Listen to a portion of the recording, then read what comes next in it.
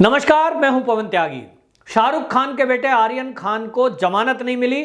तेज तर्रार वकील भी जमानत दिलाने में नाकाम रहे, क्योंकि जो वकील ये सोच रहे थे कि हम इसको कोर्ट में आर्यन को इनोसेंट साबित कर देंगे, छोटा बच्चा है, भोला बच्चा है और इसने ड्रग तो ली नहीं, इसको तो कुछ पता ही नहीं है, ये तो सेलिब्रिटी की औलाद है, ये एक चीफ गेस्ट के तौर पे गया था, लोग बाग तो साथ सेल्फी खड़े होने के लिए बुला लेते हैं, तो साहब इसका तो कोई दोष है नहीं और इसको छुड़ा लेंगे।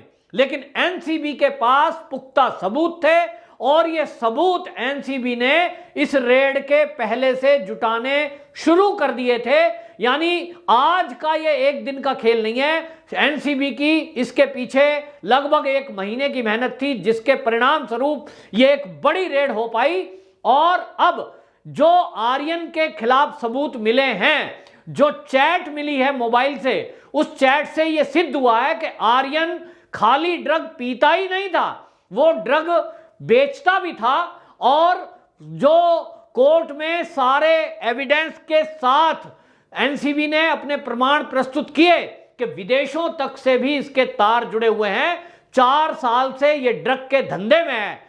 ध्यान रखने वाली बात यह है कि एनसीबी की तरफ से जो प्रस्तुत हुए हैं प्रमाण, उसमें यह बताया गया है कि ये जो आर्यन है ये 4 साल से ड्रग की खरीद फरोख्त करता है, ड्रग को बेचता भी है। जी हां, इसी आधार पर अब जुडिशियल कस्टडी जो है आर्यन की बढ़ाई गई और कोर्ट ने यह माना कि मामला बहुत गंभीर है। ये स्टार किड खाली ड्रग पार्टी में शामिल होता या ड्रग कंज्यूम करने वाला नहीं है, ये ड्रग को बेचता भी है, क्योंकि कोर्ट में जज के सामने एनसीबी ने जो चैट प्रस्तुत की है मोबाइल की, उसमें साफ साफ आर्यन कई लोगों से पैसे मांग रहा है और उसमें विदेशी लोग भी हैं।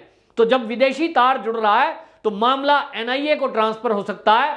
एनसीबी इस मामले में सख्त कार्रवाई करेगी और इसीलिए एनसीबी ने कहा कि अभी हमें विदेशी तार भी खंगालने हैं, विदेशों से कुछ लोगों की गिरफ्तारी होनी है और इसलिए हमें जुडिशियल कस्टडी इसकी चाहिए। जो कस्टडी इसमें जो बढ़ाई गई है वो इसीलिए बढ़ाई गई। और आपको बताएं, अब ये जो आर्यन खान है इसकी मुसीबतें बढ़ने वाली हैं, क्योंकि जब एनसीबी के पास ऐसे सबूत हैं कि ये इसने ड्रग बेची है, तो निश्चित रूप से 20 साल से पहले ये जेल से बाहर आने वाला नहीं है। जो सतीश मान शिंदे हैं, ये आपको ध्यान होगा, ये वकील है ये आर्यन खान के, और ये वही वकील है सतीश मान शिंदे जो रिया चक्रवर्ती को सुशांत सिंह राजपूत के मुद्दे पर निर्दोष बताकर छुड़ाने की कोशिश कर रहे थे। लेकिन उस समय भी इनके सामने एनसीबी थी और उस समय भी एनसीबी के तेज तर्रार अफसर थे, ईमानदार अफसर थे, और इसलिए ये जो रिया चक्रवर्ती है उसको भी केवल जमानत दिला पाए हैं, जल्द ही वो भी वापस जेल में होगी ऐसा माना जा रहा है। आखिरकार लोग सवाल कर रहे हैं कि जिस किंग खान, किसको किंग खान कहते थे, वो किंग खान जिसकी पूरे बॉलीवुड ही नहीं पूरे देश में तूती बोलती थी, जिसके कांग्रेसियों से गहरे संबंध हैं, अभी प्रियंका गांधी से उसके संबंध हैं, प्रियंका गांधी के साथ फोटोशूट हमने देखा, जो अमिताभ बच्चन की फैमिली से मिला हुआ है, और अमिताभ बच्चन वो व्यक्ति है जिसके राजीव गांधी से दोस्ती थी, आज समाजवादियों से संबंध है, समाजवादी से बाकायदा उनकी पत्नी जो है सांसद है। इस तरह के जो रिश्ते रखने वाले, और इनमें भी और खान में खान सलमान खान, उनका आशीर्वाद इनके सर पर है, ऐसे में कोई इनके बच्चों को कैसे जेल में डाल सकता है। और इसीलिए शायद ये खुलेआम ड्रग की पार्टियां कर रहे थे।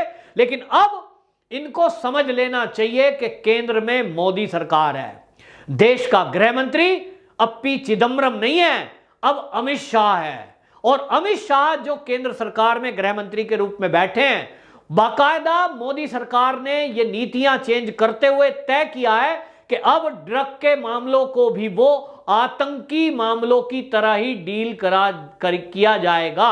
और इसीलिए केंद्र सरकार ने इस पे सख्ती दिखाते हुए 2 ऐसी संस्थाएं बनाई हैं जो पूरे देश में नशेड़ियों के कारोबार को ध्वस्त करेगी। ये नशेड़ी, गंजेड़ी, ये जो भंगेड़ी हैं, जितने ये ड्रग के कारोबार में लिप्त हैं, और ये जो बॉलीवुड की गंदगी है, इस गंदगी को मिटाने के लिए ये कमर कसी है केंद्र सरकार ने। आप समझिए कि जहां महाराष्ट्र का एक गृह मंत्री 100 करोड़ रुपए महीने की उगाही में फंसा हुआ है, वो 100 करोड़ रुपए बकौल पुलिसकर्मी वो कहां से आते हैं? इसी तरह के ड्रग की पार्टियां करने वाले, होटलों में रेव पार्टी करने वाले, ये बड़े बड़े फार्म हाउस में रेव पार्टी करने वाले, यही लोग पैसे देते होंगे।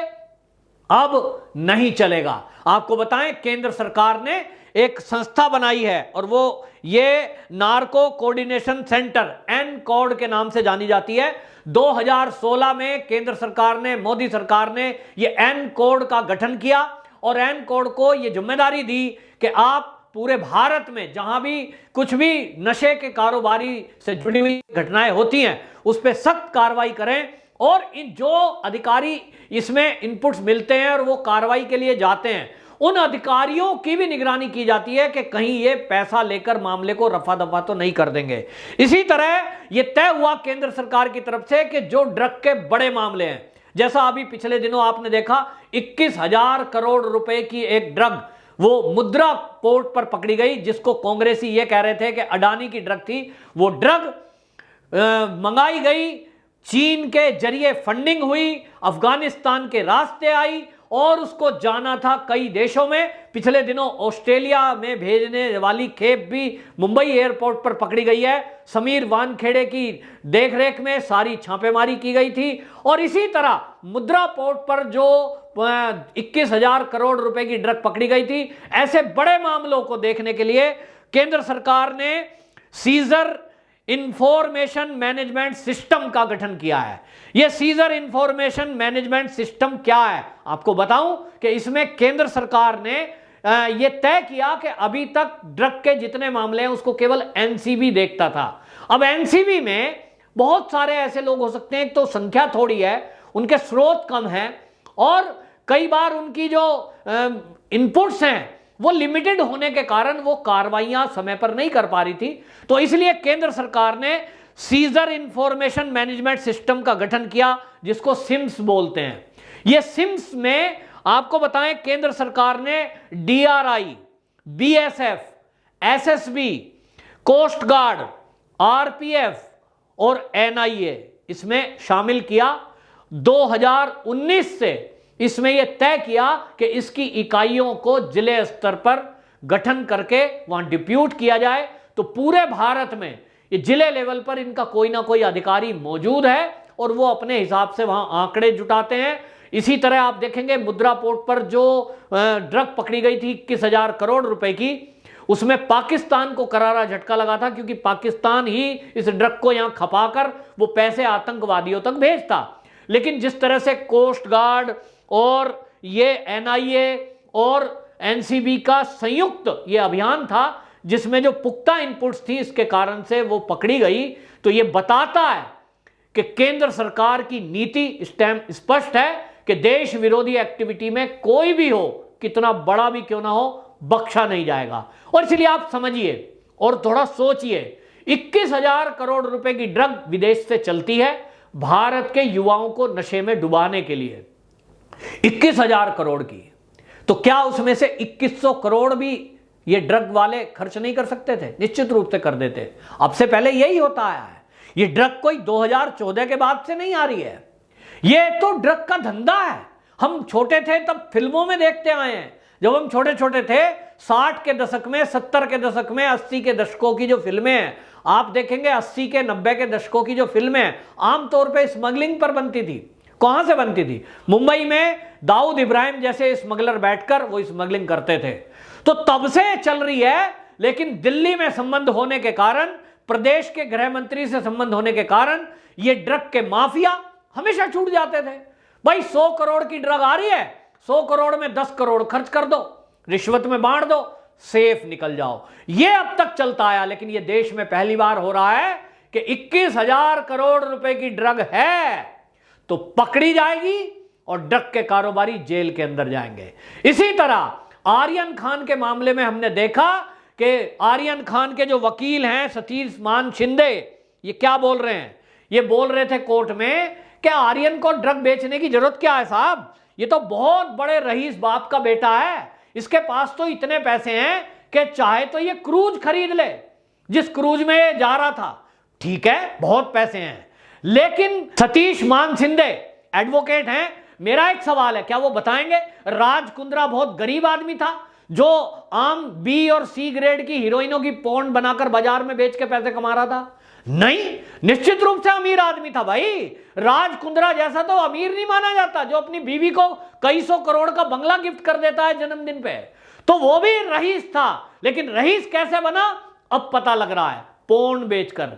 इसी तरह जो बॉलीवुड में ये गंदगी है, ये जो रईस बने बैठे हैं, ये व्हाइट कॉलर बने बैठे हैं, इनका राज अब खुलना शुरू हुआ है कि उनके बच्चे जब ड्रग बेच रहे हैं, ड्रग बेचकर अपना खर्चा चला रहे हैं, तो उनके मां बाप क्या करते होंगे?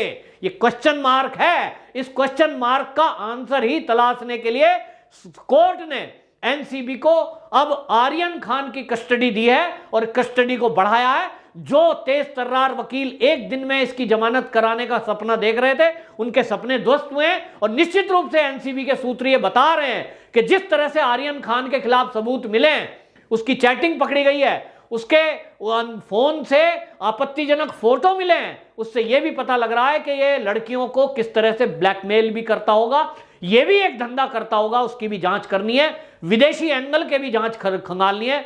निश्चित रूप से यह पोल पट्टी खुली है कि अभी तक बॉलीवुड के जो बड़े लोग हैं, राज कुंद्रा जैसे, उनका ही पता लग रहा था कि वो कैसे गलत धंधे करते हैं। अब उनकी औलादें भी इस गंदगी में उतरी हुई हैं और गलत तरीके से पैसे कमाने में लगी हुई हैं। ये पहली बार खुलासा हुआ है। वो लोगों को डूब मरना चाहिए जो आर्यन खान के फेवर में हैशटैग चला रहे हैं, उसके साथ में खड़े हैं। निश्चित रूप से वो भी नशेड़ी गंजेड़ियों का ग्रुप ही होगा जो इस तरह के नशाखोरों का साथ दे रहा है और वो इस तरह के ट्रेंड चलाकर शर्मसार कर रहा है। वो क्या करना चाहते हैं? आज जया बच्चन क्या कहेगी जो बॉलीवुड को कह रही थी कि रवि किशन ने संसद के अंदर ये कहकर के नशाखोरी चल रही है, वो नेपोटिज्म है, बॉलीवुड की गंदगी को साफ करना है, ये तो थाली में छेद कर दिया। तो जया बच्चन अब क्या बताएंगी? ये थाली में छेद वाला बयान उन्होंने क्यों दिया था? क्या बॉलीवुड की गंदगी का उनको पता नहीं है? क्या उनको पता नहीं उनकी नातिन क्या कर रही है? क्या उनको पता नहीं है शाहरुख खान का बेटा क्या कर रहा है?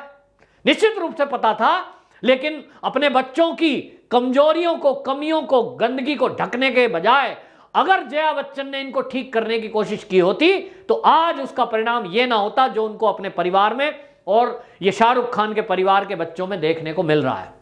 वंदे मातरम।